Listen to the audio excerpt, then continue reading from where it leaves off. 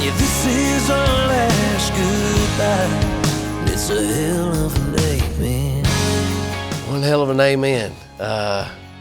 Man, that song, in so many different ways, is a real special song to me. I'd probably say this about, The Lights of My Hometown talks about the loss of somebody. And anytime you co-write a song with somebody, they have those memories too, that relate to them. For my story and telling my stories, as for this record goes, a dear friend of mine and everybody in my hometown, just one of the most genuine friends that I had, was a fellow named Corey Potts, who passed away a few years back. And One Hell of an Amen, when it talks about the second verse, when the doctor came in and told Corey, what he had, this disease, Corey said, "All right, bring it on." And that's all there was to it. And it's, it says that in the song. It says, the doctor said you ain't got long. He just smiled and said, "Bring it on." I mean, that's word for word. That's a true story. And that was his whole campaign. The whole time he was, in his battle, it was, we had the little bracelets that said, "Bring it on," and that type of thing. And that was, man, just a triumph and a story for me, because in a time where somebody could have chosen to be so weak, he stood up.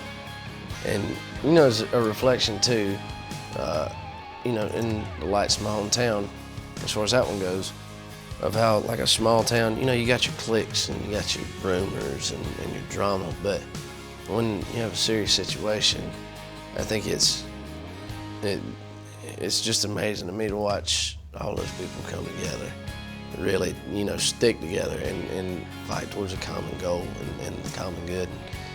Man, especially in my hometown, when that went down with Corey, everybody teamed up. Everybody did everything, we thought possible to help and be there. And I was fortunate enough to be on the road, and I was traveling when he was in Texas, and right before he passed, and got to see him and talk to him again. And the first part of the song, in the first verse, when Brian came to me with the song, the first thing that clicked when we were talking about it, a buddy of mine, one of my dearest friends from home, Josh Green, was in the Army and served several tours, and lost his best friend over there. It was, the way when he explained the story to me with tears in his eyes, I felt like I was right there with him. And I heard the story 1,000 times about his buddy Jonathan Doomer, and they were leaving the wire together, and Jonathan actually got hit. He was the gunner in front of Josh on the Humvee in front of him, and he got blown up. And Josh watched the whole thing go down, and at the funeral and stuff, and just hearing him tell that story. I always say I don't sing anything I won't write, and I don't write anything I haven't been through. To me, when he was telling me that story, like I was sitting in that situation with him. I know that like the feelings I felt inside weren't mirrored whatsoever. I'm not saying that I've been where he's been, or but I actually got a chance down the road to meet his best friend who passed away, his sister, and talking to her and hearing her talk about. I'd written another song about him called Cook City. And she'd heard it. It's a song we've never released or anything, but I kind of leaked it to her. And, it was about her brother. To hear her talk about that song, like, she was talking to me, and it made me feel like I was just right there with him in that situation, as close as I could be.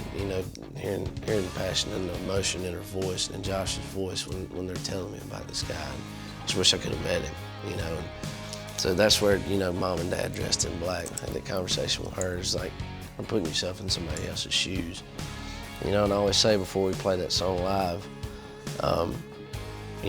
that's what other way to go out than, fighting for your life and fighting for your country.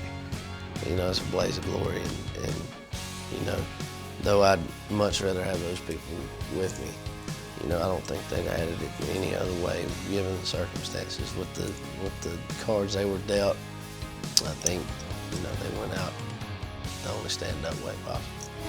There's a hell of a name